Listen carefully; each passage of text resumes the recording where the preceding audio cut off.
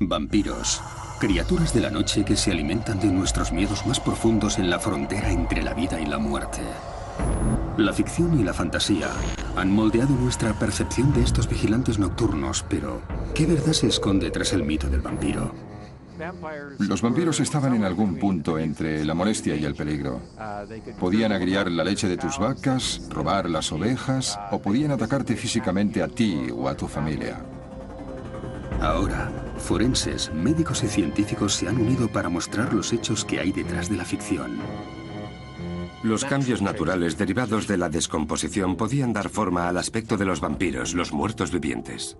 Y pretenden demostrar que los vampiros son mucho más que simples historias de terror. Les clavaban estacas de forma deliberada para evitar que esos hombres se transformaran. Para algunos, los vampiros aún siguen siendo una realidad aterradora. Vi cómo se acercaba por la noche. Me estaba chupando la sangre. Esta es mi horca. La usé para arrancarle el corazón.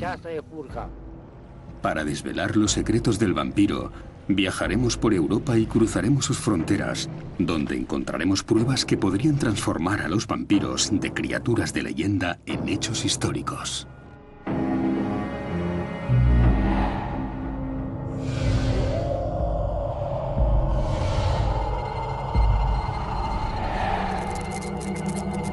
La isla de los vampiros.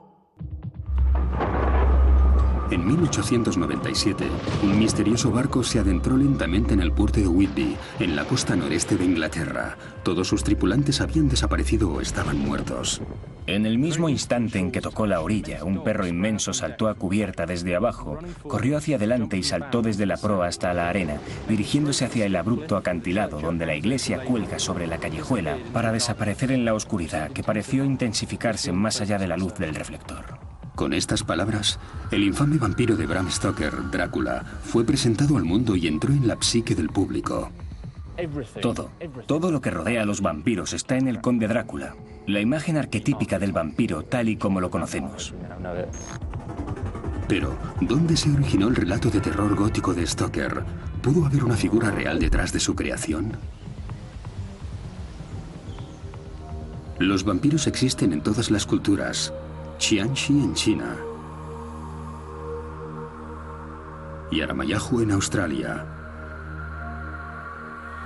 Asrapa en India y Arakaaka en Brasil, o las muchas encarnaciones europeas como Strix, Strigoi, Bricolacas, el no muerto, Upir, vampiro, Dracul. Se trata de criaturas ancestrales, pero no eran solo mitos, sino seres muy reales. Cadáveres reanimados que se alimentaban de los vivos para evitar su propio deterioro. Dan Jones es un escritor e historiador con un interés particular en el modo en el que la sociedad representa a los vampiros. En Europa siempre ha habido historias de vampiros, pero la culminación llegó en el siglo XVIII, cuando un teólogo francés, Calme, comenzó a elaborar un dossier con historias de vampiros en un intento para desacreditar el mito del vampiro.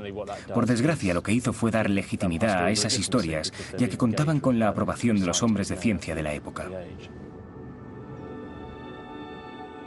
A principios del siglo XIX, el mito del vampiro comienza a alimentar la literatura gótica. Es entonces cuando encontramos a Polidori, que escribe El vampiro, lo que será una especie de plantilla que usará Bram Stoker cuando componga Drácula. Cada vez que la historia del vampiro se reinventa, esta refleja las preocupaciones y los problemas de la sociedad que la reinventa. En el siglo XX tenemos Nosferatu, que refleja la presión del antisemitismo. En Hammer Horror, la historia de vampiros es mucho más sangrienta, mucho más violenta. En Entrevista con el vampiro, de Anne Rice, tenemos una idea de homosexualidad subyacente. Y cuando llegamos a Blade a finales de los 90, encontramos esa especie de futurismo de alta tecnología que de nuevo es una de las características de la sociedad. Y los vampiros de la ficción aún reflejan nuestra moralidad hoy en día. Si nos fijamos en el siglo XXI, en las películas y libros de Crepúsculo, allí el vampiro es el cerebrito, pero que alberga una historia muy hermosa, y esa es la moral característica del siglo XXI. Reflexionar sobre la moral era sin duda una de las intenciones de Stoker cuando escribió Drácula. En este cementerio, el conde Drácula muerde por primera vez a Lucy Westbrook, que es una virgen muy pura de 19 años. Entonces ella también se convierte en una especie de vampiresa lujuriosa que aterroriza al norte de Londres mordiendo a niños pequeños. Esta mezcla de sexo y escándalo fue una combinación deliberada con la que Stoker quiso agitar y asustar al público y probablemente también aumentar las ventas. El Drácula de Bram Stoker tiene tanto éxito que no se ha dejado de imprimir desde hace más de un siglo. Pero a diferencia del conde de Stoker, los vampiros de la vida real no son caballeros carismáticos de capa negra con una mirada penetrante y debilidad por las mujeres jóvenes. Los vampiros del folclore griego no eran tan glamurosos como los vampiros de Hollywood. Eran cadáveres hinchados que transmitían toda clase de enfermedades. No puedes conseguir que la gente suspire por un campesino mediterráneo deforme que va por ahí mordiendo a la gente en el cuello. Ahora, recientes hallazgos efectuados en una pequeña isla griega están desvelando qué eran realmente estas criaturas y qué debía ocurrir para convertirse en una. El profesor Héctor Williams ha dirigido excavaciones arqueológicas en la isla griega de Lesbos durante más de 30 años.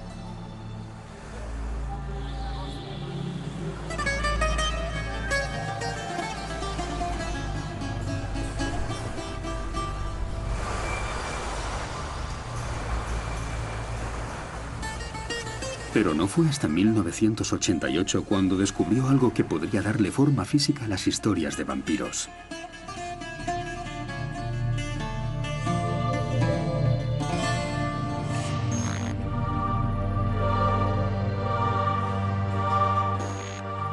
Estoy en lo alto de la antigua muralla de la ciudad de Mitilini.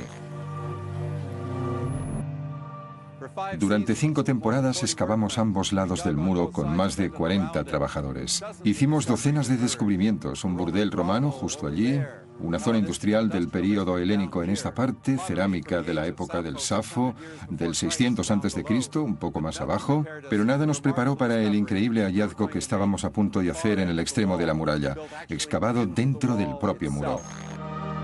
Fue un descubrimiento que hizo estremecerse los cimientos de la arqueología. Una prueba de que los vampiros podrían no ser criaturas de leyendas, sino hechos históricos. Estamos en el límite de la antigua muralla. Y fue en este lugar donde descubrimos que el muro había sido horadado y se había excavado una cripta en la que había un sarcófago de madera con piedras sobre la cubierta. Por alguna razón, alguien se había tomado el esfuerzo de excavar una tumba en los cimientos de la muralla. Pero ese no era el único misterio. Tenía una longitud de unos 2 metros y contenía los restos de un hombre de mediana edad, una criatura que los estudiantes apodaron Vlad, por Vlad el Empalador. Vlad el Empalador fue un príncipe rumano del siglo XV y probablemente sirvió de inspiración para el Drácula de Bram Stoker. E igual que su homónimo, el Vlad de Héctor también tuvo un final insólito. Tenía estacas clavadas en la garganta, en el tronco y en los tobillos para mantenerlo sujeto a la tumba. No era un enterramiento habitual. Un cadáver clavado al ataúd. 3 estacas de 20 centímetros de longitud clavadas en la pelvis, los tobillos y el cuello. Era algo único. Encontramos más de 50 enterramientos de hombres y mujeres en esta zona, pero este había recibido un tratamiento especial, el tratamiento dado a un posible vampiro. ¿Quién fue Vlad? ¿Y por qué fue considerado un vampiro? Héctor recurrió a la paleopatóloga griega Anastasia Atsaliki en busca de respuestas. Ella averiguó que lejos de ser un ser de ficción, este vampiro era sorprendentemente común. Era un hombre común, pero por alguna razón los aldeanos creían que después de morir se convertiría en un vampiro o en un muerto viviente. De modo que cuando murió, tomaron todas las medidas a su alcance para evitar que volviera para atormentar a los vivos. Muerto entre los 40 y los 50 años, Vlad fue un hombre fuerte y sano, probablemente un labrador, y siguió una dieta bastante decente. Pero por alguna razón, cuando murió no recibió un enterramiento normal, sino que fue clavado al ataúd y escondido dentro de la muralla. ¿Por qué fue tratado de ese modo? Puede que durante su vida mostrara algunas características que le hacían sospechoso, de modo que no corrieron riesgos. Era un hombre al que no querían volver a ver, ni vivo ni muerto. ¿Por qué los aldeanos temían tanto a Vlad? ¿Y por qué creían que era un vampiro? Las pistas podrían estar a miles de kilómetros hacia el este, bajo la típica iglesia parroquial inglesa. La iglesia de St. Leonard, en Hythe, en el sur de Inglaterra, es una iglesia con un secreto.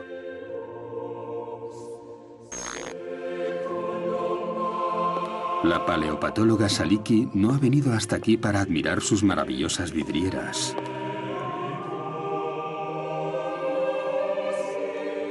Sino para presentar sus respetos en un lugar oculto bajo el presbiterio.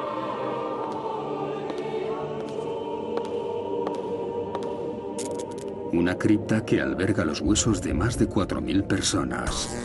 Un sitio que podría esconder pistas que expliquen el origen de la creencia en los vampiros. Hay muchas teorías respecto a la identidad de estas personas. Hay quien cree que fueron las bajas de una gran batalla. Otros piensan que fueron víctimas de la peste negra. Pero estudios recientes han encontrado tierra en el interior de algunos cráneos. De modo que pensamos que fueron ciudadanos normales que vivieron en Hythe. Y cuando en el siglo XIII la iglesia tuvo que ser ampliada, fueron desenterrados del cementerio y depositados aquí.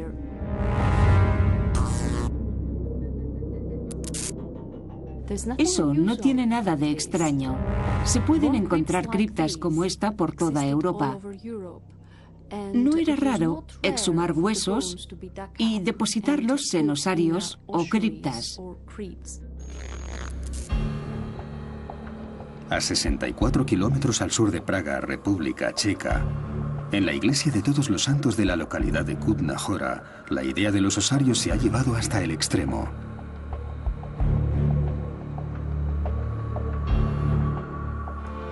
Conocido como el osario de Sedlec, se trata del osario más grande de Europa y contiene los restos de hasta 70.000 personas. Lo que originariamente era una pila de huesos desenterrados del cementerio cuando la iglesia se amplió en el siglo XIV, no fue hasta la década de 1870 cuando se convirtió en esta macabra y gótica muestra. Hay 4 enormes pilares acampanados en cada una de las esquinas de la capilla y una gigantesca lámpara de araña que contiene al menos una unidad de cada hueso del cuerpo humano cuelga del centro de la nave. Los muertos no tienen por qué permanecer enterrados para siempre. En muchas culturas son desenterrados para después guardarlos en mausoleos, en panteones familiares o en osarios. Aunque no suelen ser tan ornamentados, los osarios y mausoleos aún son comunes en todo el mundo.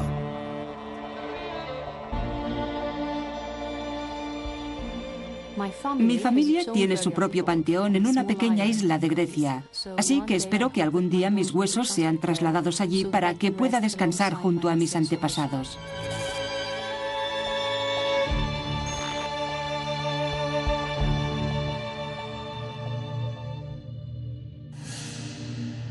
De vuelta en Lesbos, Héctor Williams visita un cementerio actual para comprobar si la práctica de trasladar huesos podría explicar la creencia en los vampiros de la antigua Grecia. Este cartel dice: dado el tamaño tan reducido del segundo cementerio de Mitilini, se ruega a los familiares de los fallecidos que procedan a la exhumación de los restos de sus allegados 3 años después de la muerte de estos. Incluso hoy los huesos se siguen exhumando para dejar sitio a nuevos enterramientos. Estamos junto a una de las tumbas actuales del cementerio, en la que el cuerpo va a ser exhumado, introducido en una caja y trasladado al osario. Se puede ver parte de una pierna que sobresale del suelo. Ahí tenemos una vértebra. Eso es un trozo de costilla que aún tiene algo de carne adherida. Y estoy seguro de que en el extremo de la tumba estará el cráneo.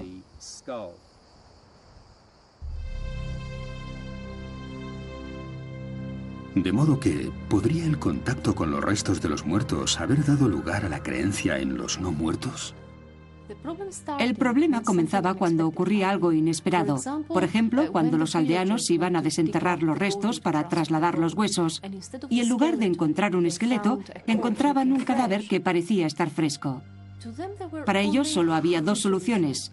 O era el cuerpo de un santo o se enfrentaban a la obra del diablo. Y en ese caso pensaban que se trataba de un vampiro o de un muerto viviente. Pero, ¿podría haber una explicación natural para esta ausencia de descomposición? Una creencia popular es pensar que el cuerpo se descompone muy deprisa después de la muerte, pero no hay nada más lejos de la realidad. El profesor Richard Schaeffer es uno de los patólogos más prestigiosos del Reino Unido, un forense experto en escenas del crimen de la vida real. Incluso ha llegado a asesorar al gobierno británico en casos de muertes misteriosas. La velocidad a la que un cuerpo se descompone depende del estado del propio cuerpo en el momento de la muerte y del terreno en que se entierra el cadáver. Un cuerpo normal contiene millones y millones de bacterias. La mayoría son beneficiosas para ayudar a hacer la digestión y a proteger el cuerpo contra las infecciones. Pero por supuesto, después de la muerte no queda nada para que esas bacterias se alimenten, por lo que comienzan a digerir el propio cuerpo. Este es el proceso natural de descomposición. Las bacterias del cuerpo quedan libres para alimentarse. Y el resultado normalmente es que los huesos quedan listos para ser trasladados a un mausoleo o una tumba, aunque primero deben ser limpiados. En el pasado, la gente no tenía por qué conocer la conexión entre la difusión de las bacterias y las enfermedades. Sin embargo, el tratamiento ritual de los huesos les permitía proteger a los vivos de la difusión del contagio. Se sabe que lavar los huesos con vino, por ejemplo, se ha usado como técnica para desinfectarlos desde los tiempos de Hipócrates, hace 2500 años. A través del tratamiento ritual de los huesos, los griegos literalmente se protegían de los muertos, un proceso que podría ser el origen de las historias de vampiros.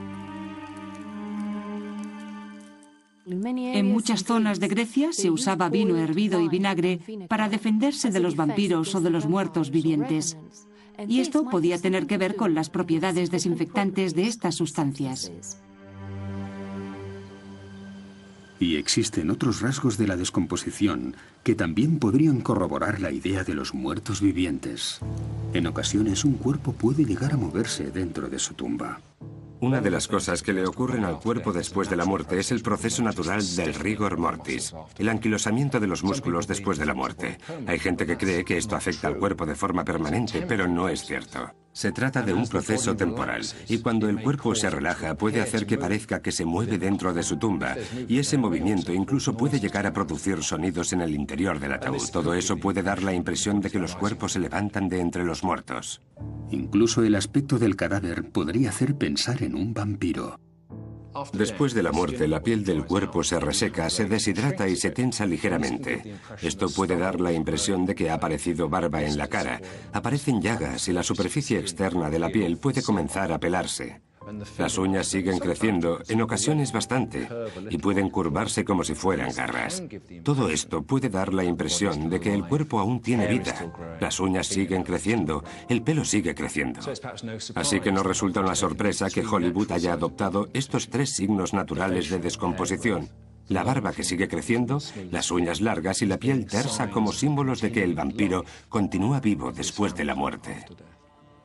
Lo que se consigue con las historias de vampiros, especialmente las de aquellos que tienen sangre alrededor de los labios, mejillas rojizas, cuerpos que aparentemente no se descomponen como la ciencia dice que deberían hacerlo, es ir más allá de los límites de la ciencia, de lo que la medicina más avanzada del momento puede explicar.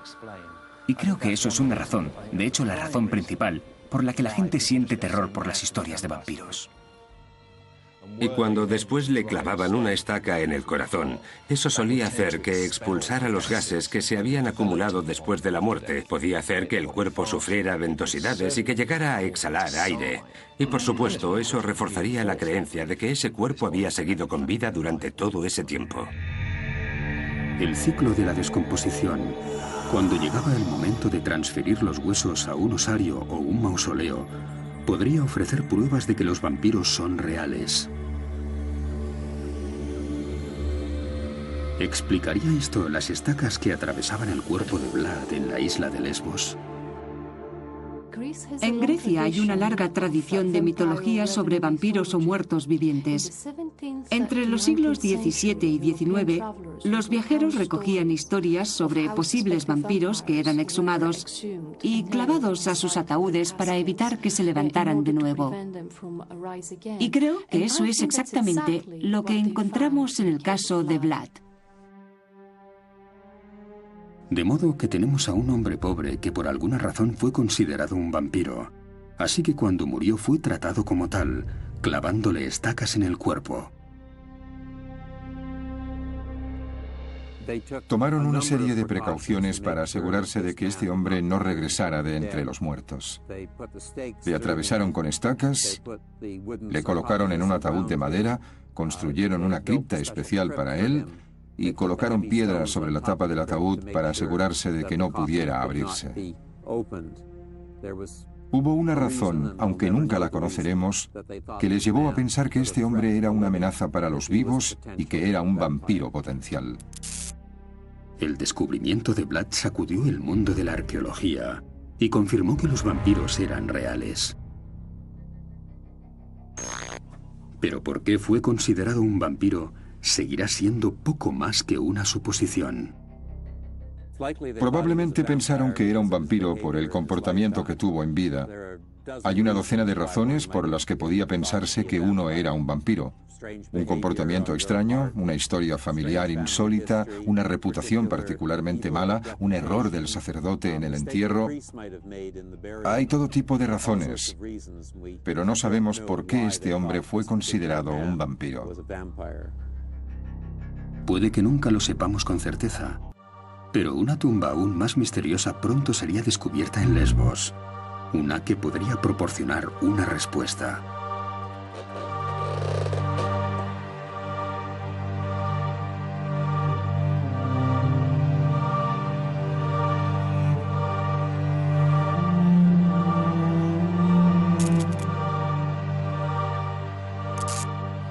A las puertas del siglo XXI, junto a la pequeña iglesia de Taxiarques, a mucha menos profundidad que la tumba de Vlad en Mitilini, fue descubierto un segundo enterramiento misterioso, uno que podría explicar qué hacía falta para convertirse en vampiro.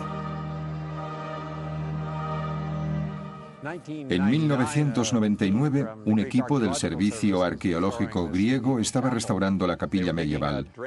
Estaban excavando un canal de desagüe alrededor y se toparon con una serie de enterramientos que se extendían por la colina. Aquí había uno totalmente normal y aquí otro que contenía un individuo deformado y con dos estacas de 16 centímetros a cada lado. Fueron estas estacas las que pusieron de manifiesto que este enterramiento era único. Las estacas encontradas dentro de la tumba eran demasiado grandes como para ser clavos del ataúd, y no había indicios de que hubieran estado clavadas en algún sitio. De modo que creo que fueron colocadas de manera deliberada como medida preventiva para evitar que este hombre se convirtiera en un vampiro. Igual que Vlad, quien tras morir fue tratado como un vampiro, atravesándole el cuerpo con estacas, aquí yacía un hombre que, según se esperaba, también se levantaría de su tumba. Pero ¿por qué los locales no tomaron la decisión de clavar las estacas en su lugar cuando lo enterraron? No querían correr riesgos, de modo que tras envolverlo cuidadosamente en un sudario, lo enterraron antes de que transcurrieran 24 horas desde la muerte, según el rito cristiano, mirando hacia el este para el juicio final. Como precaución colocaron estas dos estacas junto a él. Puede que nunca sepamos por qué razón no se las clavaron para que no saliera del ataúd, pero las dejaron ahí para que, según creemos, actuaran como un talismán y lo mantuvieran en su tumba. Aunque la verdadera naturaleza del vampiro de Taxiarque sigue siendo un misterio, un descubrimiento efectuado en el otro lado del mundo podría explicar el significado de estas estacas talismán.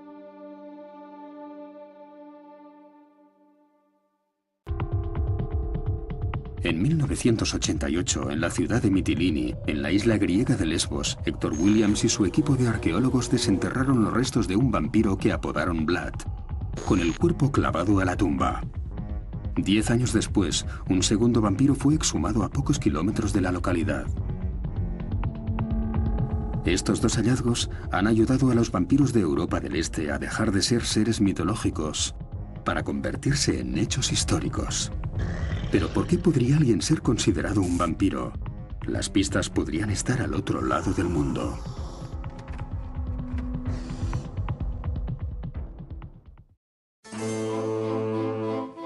En 1990, una serie de descubrimientos asombrosos aterrorizaron a un tranquilo pueblo de Nueva Inglaterra. Unos arqueólogos que trabajaban en una gravera desenterraron una necrópolis de casi 300 años de antigüedad, de los tiempos de los padres fundadores. El cementerio contenía los restos de toda una familia, pero una de las tumbas era diferente. Marcado con las iniciales JB, cuando abrieron el ataúd, los arqueólogos descubrieron que los restos habían sido colocados para formar el símbolo de la calavera y los huesos cruzados. ¿Se trataba de un pirata o podría haber una explicación aún más asombrosa?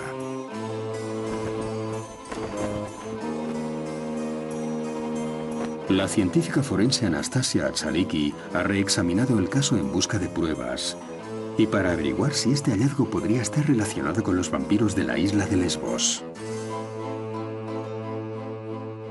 Cuando se realizó el primer examen de los huesos, enseguida se hizo evidente que existían una serie de lesiones.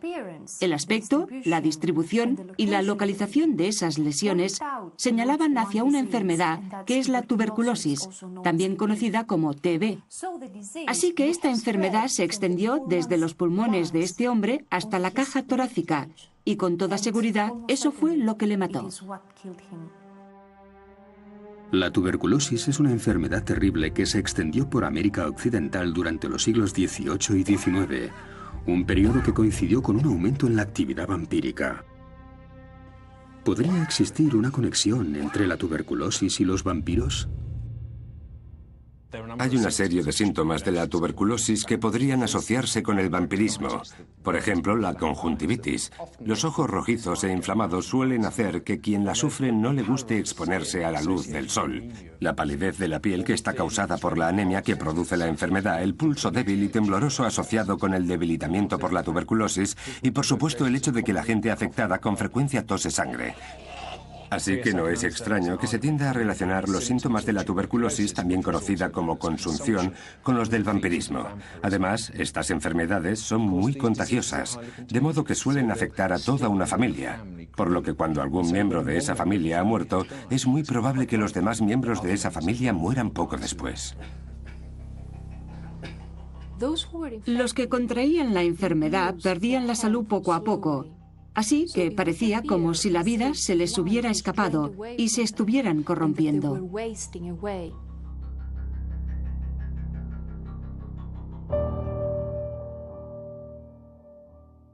Creo que esta persona murió de tuberculosis y que sus familiares también se contagiaron y pronto la siguieron hasta la tumba. El hecho de que los familiares de JB murieran poco después que él fue un claro signo de que se había convertido en vampiro. Y conforme la enfermedad se extendió, la histeria podría haberse apoderado de la comunidad. Puede que se decidiera desenterrar el cadáver y tomar las medidas de precaución necesarias.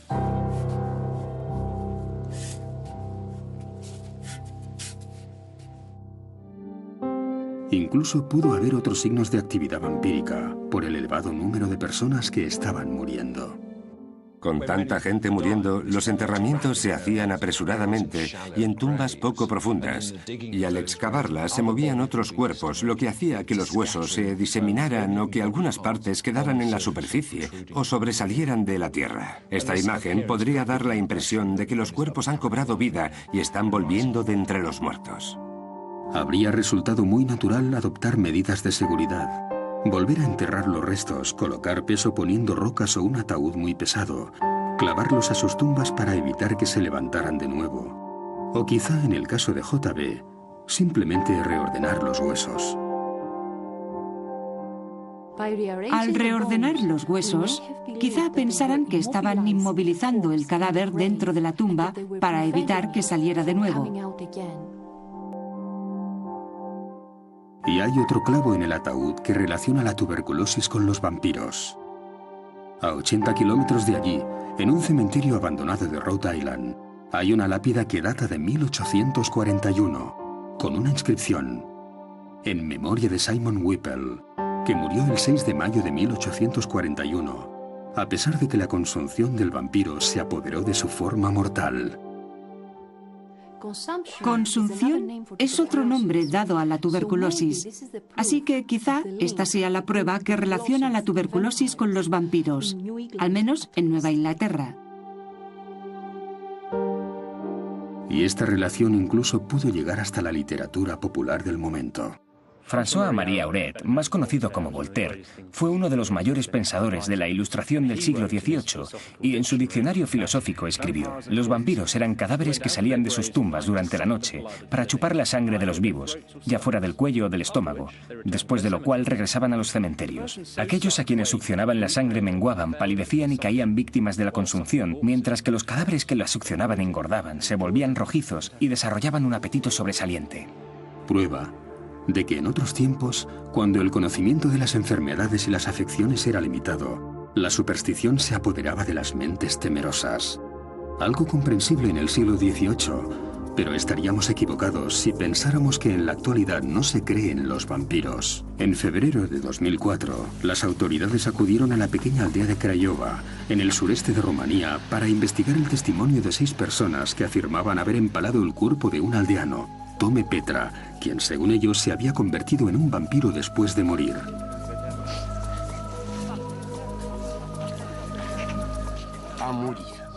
Mi cuñado murió y cuando murió se convirtió en un vampiro. Los aldeanos pensaron que Petra había regresado de entre los muertos para alimentarse de sus semejantes. Vi cómo se acercaba por la noche. Me estaba llamando y yo no paraba de gritar. Nos estaba chupando la sangre. Sus familiares se estaban apagando lentamente. Tenía dolores de estómago, me volví amarillenta. Todos los vecinos eran testigos de lo mal que me sentía durante la noche. En las sociedades eslavas, aún se cree que el espíritu de una persona perdura durante 40 días después de la muerte, de modo que solo había una solución. 6 semanas después del funeral, al filo de la medianoche, la familia de Petra se adentró en el cementerio y desenterró su cadáver. Su estado confirmó las peores sospechas.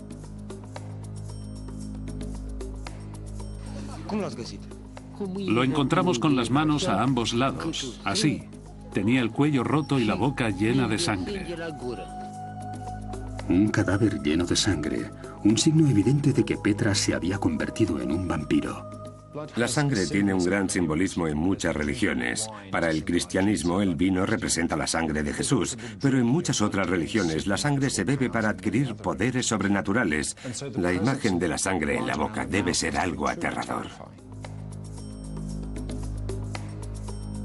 Los aldeanos hicieron lo que dictan sus creencias.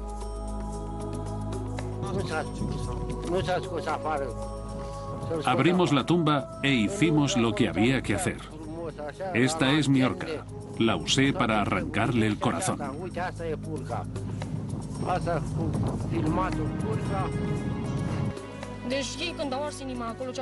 El corazón de un hombre muerto no debería tener sangre, a menos que fuera un vampiro.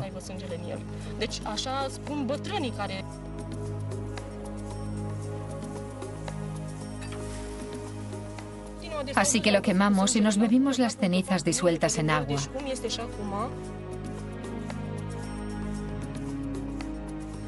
Bebimos las cenizas y inmediatamente empecé a sentirme mejor.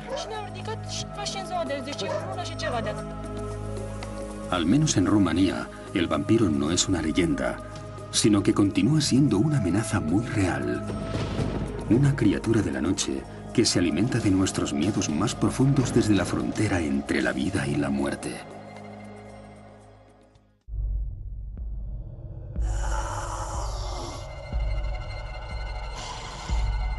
Vampiros, seres que se alimentan de nuestra fuerza vital, criaturas de la noche que acechan en la frontera entre la vida y la muerte.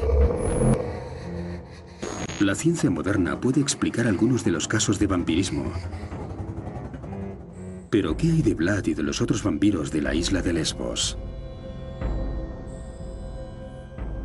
Anastasia Saliki fue la encargada de examinar los restos del vampiro de Taxiarques y descubrió que no fue un hombre común, a diferencia de Vlad. La persona encontrada en la tumba de Taxiarques tenía deformaciones faciales severas, especialmente en la zona de la nariz, la mandíbula.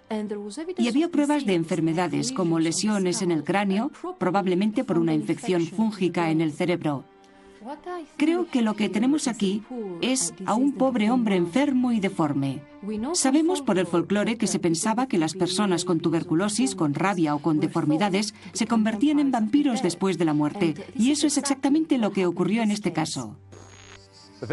Su condición física pudo hacer que la gente sospechara de él, además de provocar un comportamiento controvertido por su parte. Las estacas señalan la sospecha de que era un muerto viviente. De modo que no corrieron ningún riesgo. Cuando fue enterrado colocaron las estacas, lo cubrieron y permaneció así hasta el otoño de 1999, cuando lo desenterramos.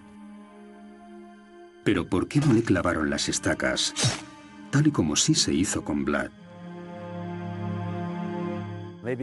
Quizá fueran más aprensivos o quizá pensaron que bastaría con dejarlas ahí como protectoras de la tumba. Temiendo que pudiera levantarse, los aldeanos dejaron las estacas a su lado, en el ataúd. Pero Anastasia cree que estas estacas también podían tener un propósito práctico. Las estacas de la tumba estaban afiladas, y conforme el cuerpo se hinchaba debido a la descomposición, habrían atravesado la carne y habrían liberado los gases que había en el interior. Al expulsarse los gases acumulados durante la descomposición, los órganos habrían quedado expuestos y el cadáver se habría desecado. Eso aceleraría la descomposición, por lo que más adelante, si alguien desenterrara el cuerpo, únicamente encontraría huesos, no un vampiro. Para mí, esto demuestra que los aldeanos no querían correr riesgos.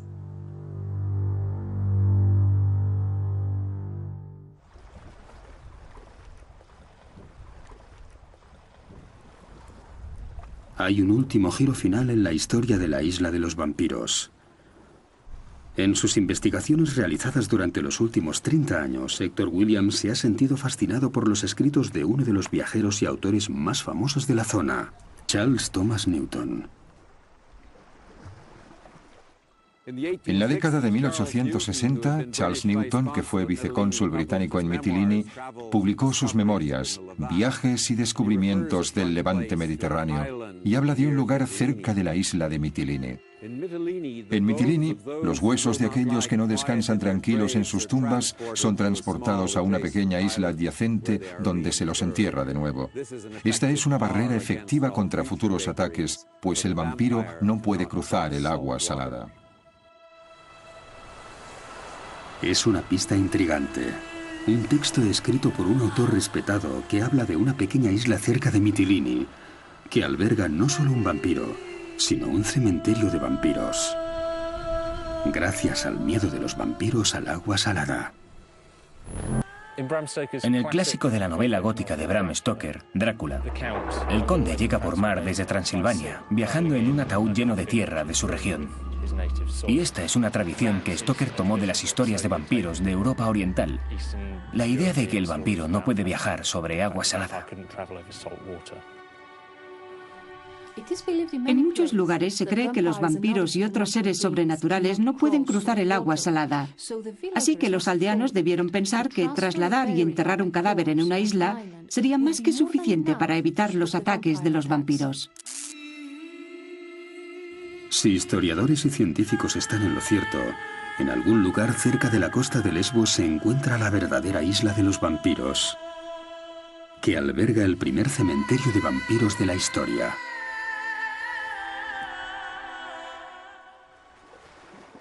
Newton escribió estas líneas hace 140 años. Queríamos averiguar qué hacían los griegos con los vampiros que no enterraban cerca de ellos. Y este pasaje sugirió dónde se encontraba el lugar al que los enviaban. Justo allí, en una pequeña isla frente al pueblo de Pánfila. Desde la orilla es casi imposible apreciar ningún rastro de enterramientos. Así que solo puede hacerse una cosa. Héctor tendrá que ir volando.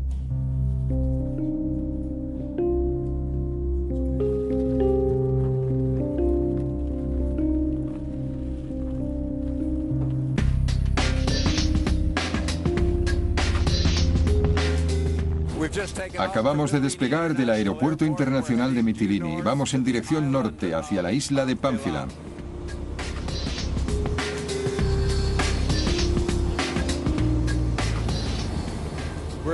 Estamos a punto de llegar a la isla, así que las cosas van a ponerse interesantes.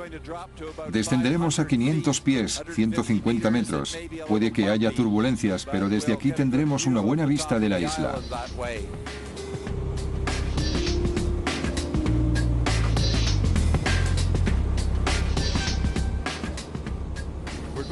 Volaremos en círculo sobre la isla para echar un vistazo.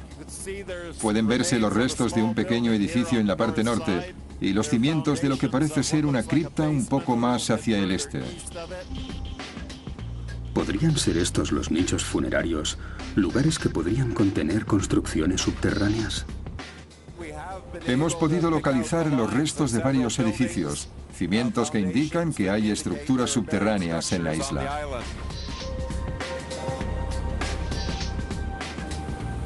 Será necesario regresar con un georradar para obtener más detalles sobre las tumbas. ¿Quién sabe lo que encontrarán? Pero ahora Héctor debe esperar. Su curiosidad está despierta y renovada por la certeza de que podría haber encontrado un lugar único. Un cementerio para los no muertos. La verdadera isla de los vampiros.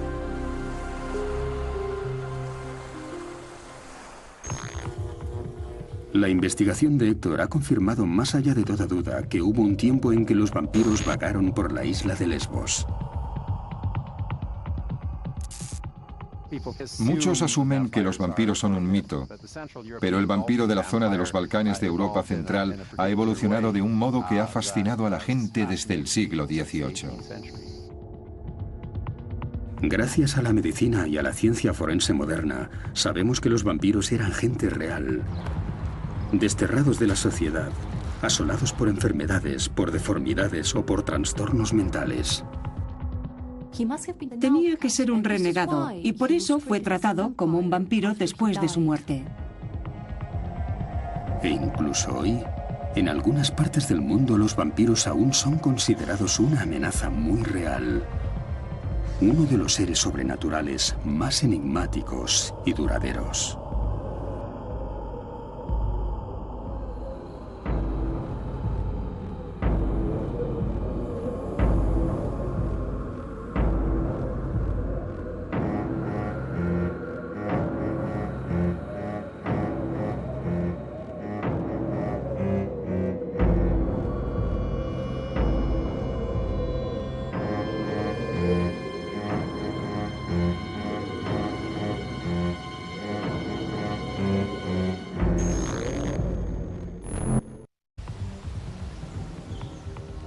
Los vampiros existen en todas las culturas. Xianxi en China. Yaramayahu en Australia. Asrapa en India. Yarakaka en Brasil. O las muchas encarnaciones europeas, como Strix, Strigoi, Bricolacas, el no muerto, Upir, vampiro, Dracul. Se trata de criaturas ancestrales, pero no eran solo mitos, sino seres muy reales. Cadáveres reanimados que se alimentaban de los vivos para evitar su propio deterioro. Dan Jones es un escritor e historiador con un interés particular en el modo en el que la sociedad representa a los vampiros. En Europa siempre ha habido historias de vampiros, pero la culminación llegó en el siglo XVIII, cuando un teólogo francés, Calme, comenzó a elaborar un dossier con historias de vampiros en un intento para desacreditar el mito del vampiro. Por desgracia, lo que hizo fue dar legitimidad a esas historias, ya que contaban con la aprobación de los hombres de ciencia de la época. A principios del siglo XIX, el mito del vampiro comienza a alimentar la literatura gótica. Es entonces cuando encontramos a Polidori, que escribe El vampiro, lo que será una especie de plantilla que usará Bram Stoker cuando componga Drácula. Cada vez que la historia del vampiro se reinventa, esta refleja las preocupaciones y los problemas de la sociedad que la reinventa. En el siglo XX tenemos Nosferatu, que refleja la presión del antisemitismo. En Hammer Horror, la historia de vampiros es mucho más sangrienta, mucho más violenta. En Entrevista con el vampiro de Anne Rice, tenemos una idea de homosexualidad subyacente. Y cuando llegamos a Blade a finales de los 90, encontramos esa especie de futurismo de alta tecnología que de nuevo es una de las características de la sociedad. Y los vampiros de la ficción aún reflejan nuestra moralidad hoy en día. Si nos fijamos en el siglo XXI, en las películas y libros de Crepúsculo, allí el vampiro es el cerebrito, pero que alberga una historia muy hermosa, y esa es la moral característica del siglo XXI. Reflexionar sobre la moral era sin duda una de las intenciones de Stoker cuando escribió Drácula. En este cementerio, el conde Drácula muerde por primera vez a Lucy Westbrook. Vampiros, criaturas de la noche que se alimentan de nuestros miedos más profundos en la frontera entre la vida y la muerte. La ficción y la fantasía han moldeado nuestra percepción de estos vigilantes nocturnos, pero ¿qué verdad se esconde tras el mito del vampiro? Los vampiros estaban en algún punto entre la molestia y el peligro. Podían agriar la leche de tus vacas, robar las ovejas, o podían atacarte físicamente a ti o a tu familia. Ahora, forenses, médicos y científicos se han unido para mostrar los hechos que hay detrás de la ficción. Los cambios naturales derivados de la descomposición podían dar forma al aspecto de los vampiros, los muertos vivientes.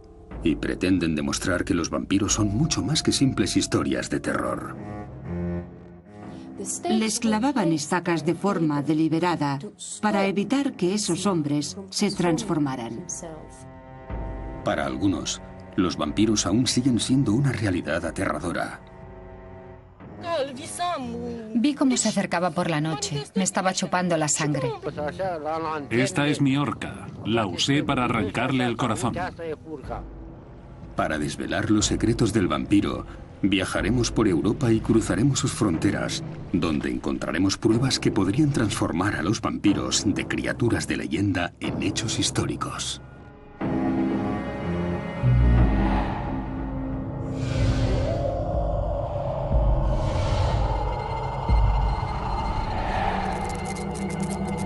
La isla de los vampiros.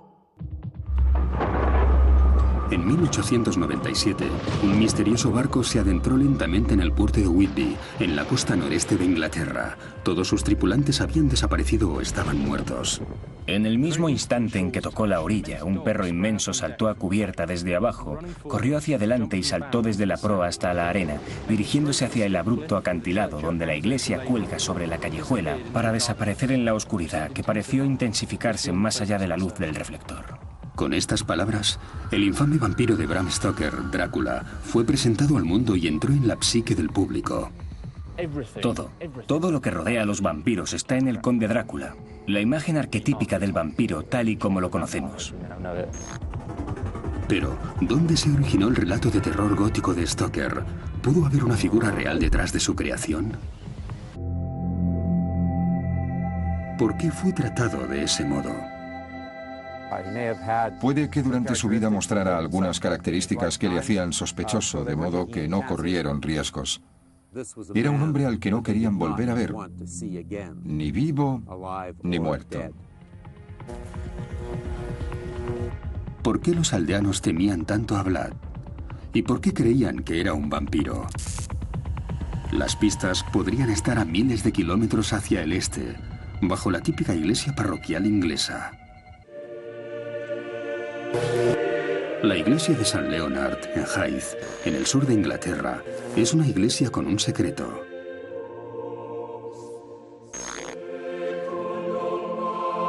La paleopatóloga Saliki no ha venido hasta aquí para admirar sus maravillosas vidrieras.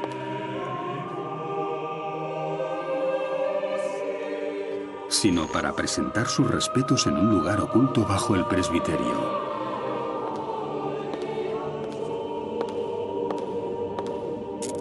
Una cripta que alberga los huesos de más de 4.000 personas.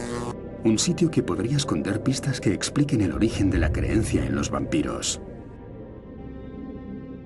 Hay muchas teorías respecto a la identidad de estas personas. Hay quien cree que fueron las bajas de una gran batalla. Otros piensan que fueron víctimas de la peste negra. Pero estudios recientes han encontrado tierra en el interior de algunos cráneos. De modo que pensamos que fueron ciudadanos normales que vivieron en Hythe. Y cuando en el siglo XIII la iglesia tuvo que ser ampliada, fueron desenterrados del cementerio y depositados aquí.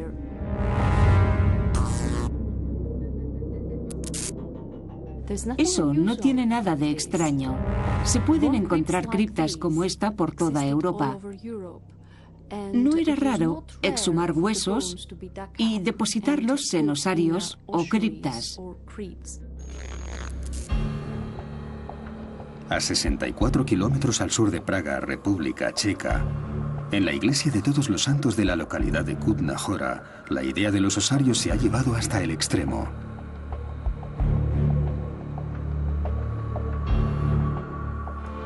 Conocido como el osario de Sedlec, se trata del osario más grande de Europa y contiene los restos de criaturas de leyendas, sino hechos históricos. Estamos en el límite de la antigua muralla. Y fue en este lugar donde descubrimos que el muro había sido horadado y se había excavado una cripta en la que había un sarcófago de madera con piedras sobre la cubierta. Por alguna razón, alguien se había tomado el esfuerzo de excavar una tumba en los cimientos de la muralla. Pero ese no era el único misterio. Tenía una longitud de unos 2 metros y contenía los restos de un hombre de mediana edad, una criatura que los estudiantes apodaron Vlad, por Vlad el Empalador. Vlad el Empalador fue un príncipe rumano del siglo XV y probablemente sirvió de inspiración para el Drácula de Bram Stoker. E igual que su homónimo, el Vlad de Héctor también tuvo un final insólito. Tenía estacas clavadas en la garganta, en el tronco y en los tobillos para mantenerlo sujeto a la tumba. No era un enterramiento habitual. Un cadáver clavado al ataúd. 3 estacas de 20 centímetros de longitud clavadas en la pelvis, los tobillos y el cuello. Era algo único. Encontramos más de 50 enterramientos de hombres y mujeres en esta zona, pero este había recibido un tratamiento especial, el tratamiento dado a un posible vampiro. ¿Quién fue Vlad?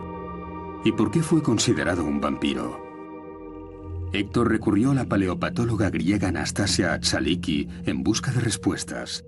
Ella averiguó que, lejos de ser un ser de ficción, este vampiro era sorprendentemente común.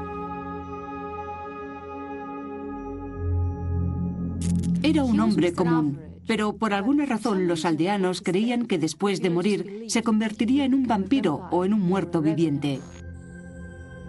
De modo que cuando murió, tomaron todas las medidas a su alcance para evitar que volviera para atormentar a los vivos. Muerto entre los 40 y los 50 años, Vlad fue un hombre fuerte y sano, probablemente un labrador, y siguió una dieta bastante decente.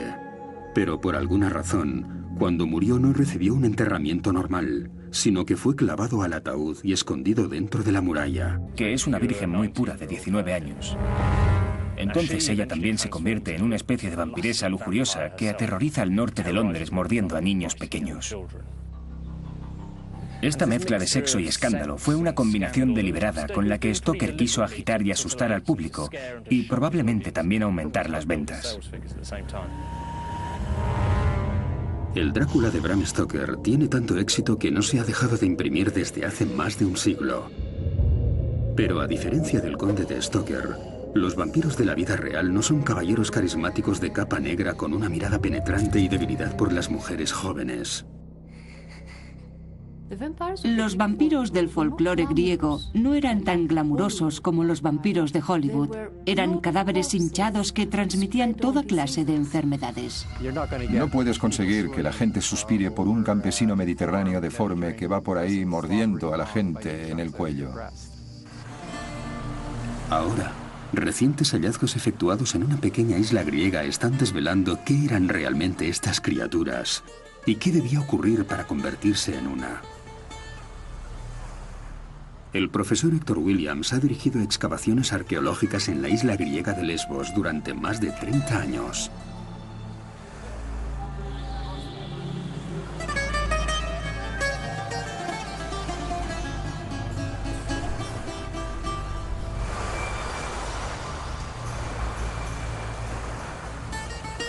Pero no fue hasta 1988 cuando descubrió algo que podría darle forma física a las historias de vampiros.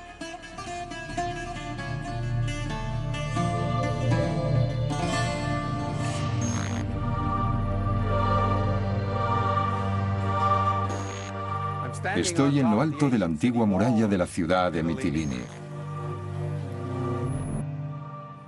Durante 5 temporadas excavamos ambos lados del muro con más de 40 trabajadores. Hicimos docenas de descubrimientos, un burdel romano justo allí, una zona industrial del período helénico en esta parte, cerámica de la época del Safo, del 600 a.C., un poco más abajo, pero nada nos preparó para el increíble hallazgo que estábamos a punto de hacer en el extremo de la muralla, excavado dentro del propio muro.